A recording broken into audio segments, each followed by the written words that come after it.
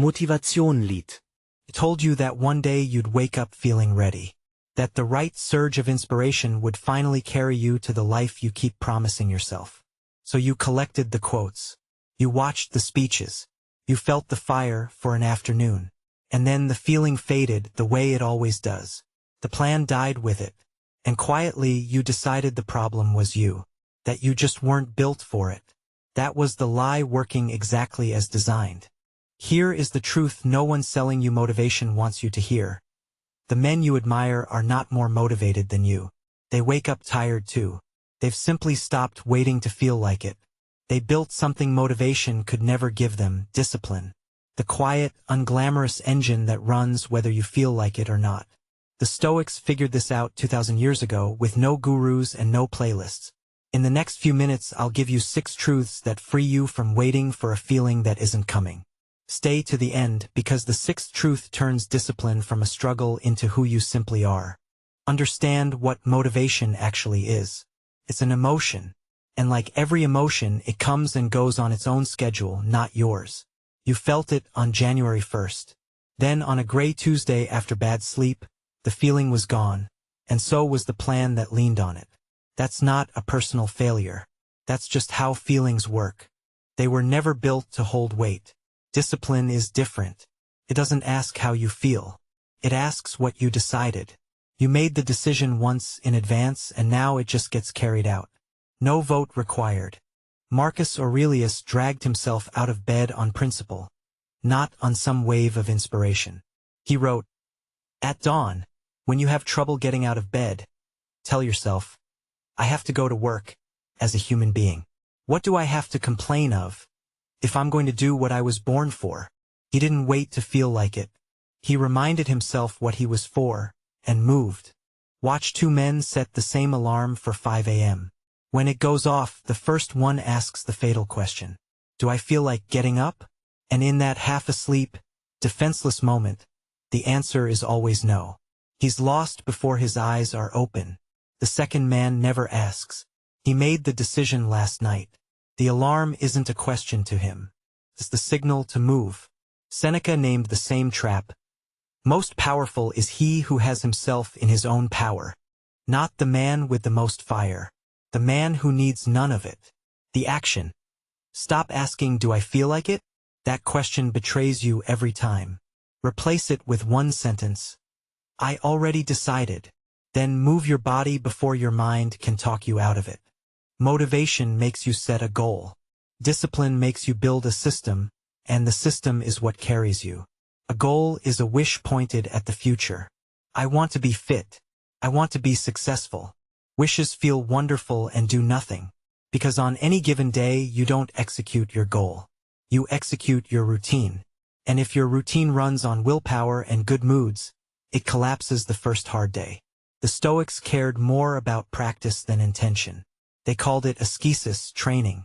They believed the good life was a skill you drilled daily, until it became second nature. Not something you felt, something you rehearsed. Epictetus put it directly. No man is free who is not master of himself. And mastery isn't a mood. It's reps. The same small action repeated past the point where it took any deciding. Take 2 men who both want to write a book. The first keeps the goal glowing in his mind. Finish the book, and the whole mountain stares back at him every time he sits down. The second threw the goal away and kept only a system. 200 words every morning before coffee. A year later, one man has a finished manuscript and the other still has a beautiful, untouched dream. The system wins because it takes the decision out of it. Willpower is a tank with a bottom, and every choice you force drains it a little. But a routine welded to something you already do runs on almost no fuel at all. You're not deciding anymore. You're following the groove you already cut. Epictetus drilled this. First say to yourself what you would be, and then do what you have to do. First the identity, then the repeated action that carves it in. Not a burst. Pattern. The disciplined man isn't grinding through heroic effort every day. He's following a path he carved so deep the water now runs there on its own. The action. Pick the one goal you keep failing at. Stop setting it. Instead, design the smallest daily action that serves it so small it feels almost too easy. Then attach it to something you already do every day. Make the path and let it carry you. Every day, a quiet voice offers you comfort. Sleep in. Skip it. Do it tomorrow. You'll feel more ready then. That voice sounds like a friend. It's the most patient enemy you've got. Comfort doesn't destroy you in one blow. It does it gently, one small surrender at a time, until you've traded the life you wanted for the ease of the moment. The Stoics trained against this on purpose. Seneca, a wealthy man, would regularly practice voluntary hardship. Plain food, sleeping rough, coarse clothes. He did it to prove he feared discomfort far more than discomfort ever deserved. He wrote, "Set aside a certain number of days during which you shall be content with the scantiest and cheapest fare, with coarse and rough dress, saying to yourself the while, 'Is this the condition that I feared?' That's the secret the comfortable never learn. Discomfort is rarely as bad as the dread of it. The fear is always bigger than the thing. Walk into it once and the fear shrinks. Walk into it daily and it disappears.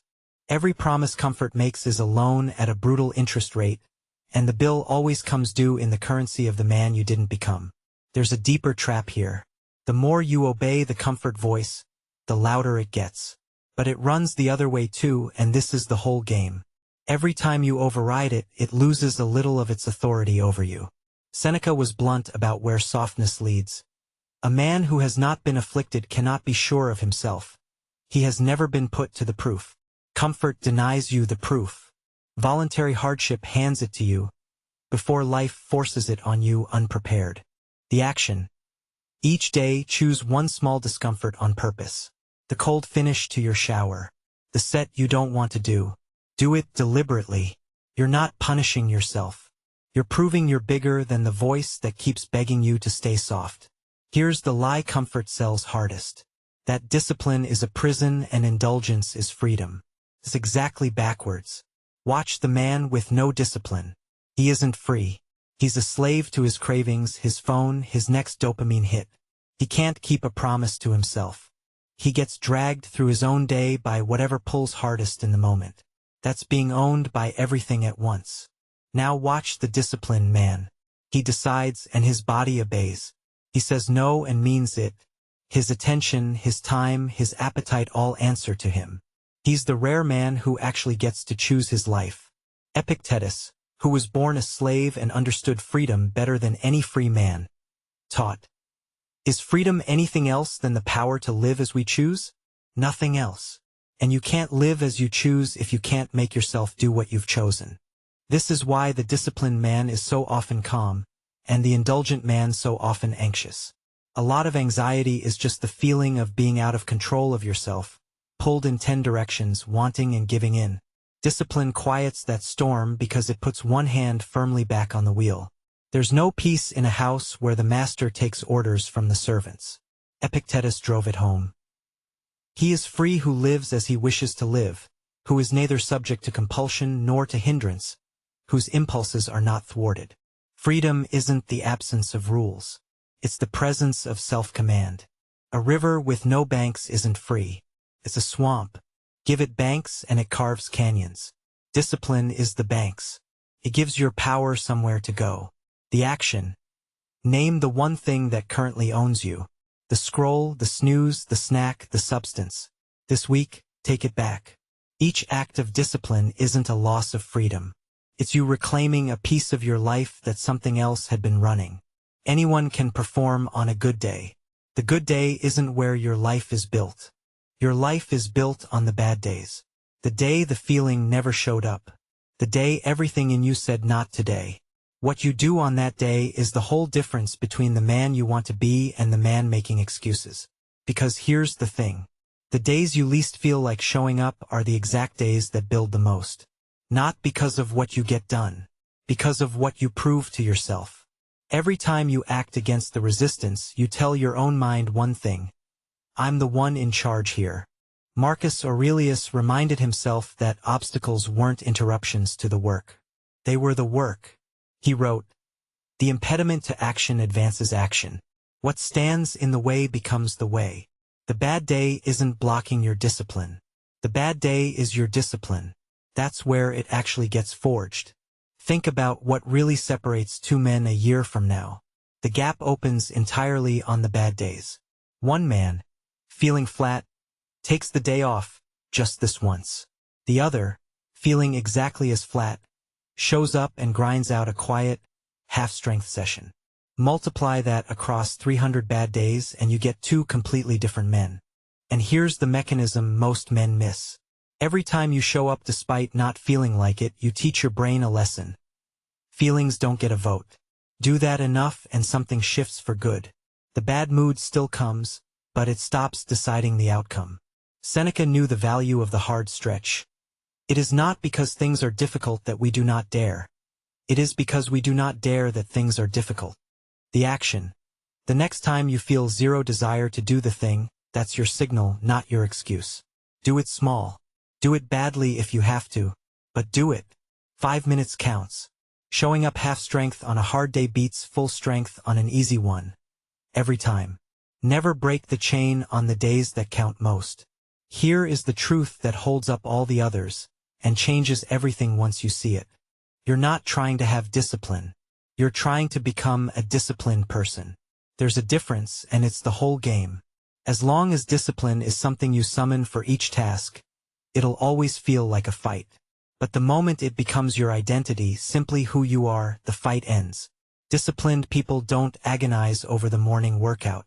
It's just what they do. And you build that identity the only way it's ever been built. By acting it out, one repetition at a time, until the action stops being a choice and turns into a reflex. You're the marble. Every disciplined act is a strike of the chisel. None of them looks like much. Together they carve the man. The Stoics understood that character is just the sum of your habits made permanent. As the ancient wisdom they lived by held, we are what we repeatedly do. Excellence, then, is not an act but a habit. This is why willpower alone always fails in the long run, and why identity doesn't. Willpower says, I have to force myself to do this. Identity says, I'm the kind of man who does this. The first fights against the grain of who you think you are, and loses the moment you're tired. The second runs with the grain. Change the belief and the action stop being a battle. Watch how the small reps rewrite the self-image. Skip one workout and nothing happens. But show up 100 mornings and you can't honestly call yourself someone who quits anymore. The evidence is too heavy. You've become a man with a record that argues, every day, on the side of doing the work. Marcus wrote the whole philosophy in a line. Such as are your habitual thoughts, such also will be the character of your mind. For the soul is dyed by the thoughts. Not painted on the surface. Soaked all the way through, one act at a time. You won't think your way into becoming disciplined. You won't feel your way there either. You'll act your way there, small choice after small choice, until one day the man who needed motivation is gone and someone steadier has taken his place. Someone who just does the work the way other men breathe. The action. Stop saying, I'm trying to get disciplined. Start saying it quietly to yourself instead. I am a disciplined man. This is just what I do. Then back the sentence with one small action today. Identity first, repeated daily, until the chisel finishes its work. So, 6 truths that free you from waiting on a feeling that isn't coming. Motivation is a feeling. Discipline is a decision. You don't rise to goals, you fall to systems. Comfort is the enemy disguised as a reward. Discipline is freedom, not a cage. Show up hardest on the days you feel least. And above all, you become what you repeatedly do. Notice the thread running through everyone. Not one of them depends on you feeling motivated. They depend on you deciding, building, and repeating whether the feeling shows up or not. That's the Stoic truth motivation will never tell you, because there's no high to sell in it. Just a life that actually changes. The men you admire aren't waiting on a feeling. They settled the question long ago, and now they just move. You can settle it today. Not with a speech to yourself, but with one small action, done while you don't feel like it. If even one of these reached you, do one quiet thing for yourself. Subscribe and let this channel be a small daily reminder to choose the decision over the feeling. Pick one action today. Do it without waiting to feel ready. That's the beginning.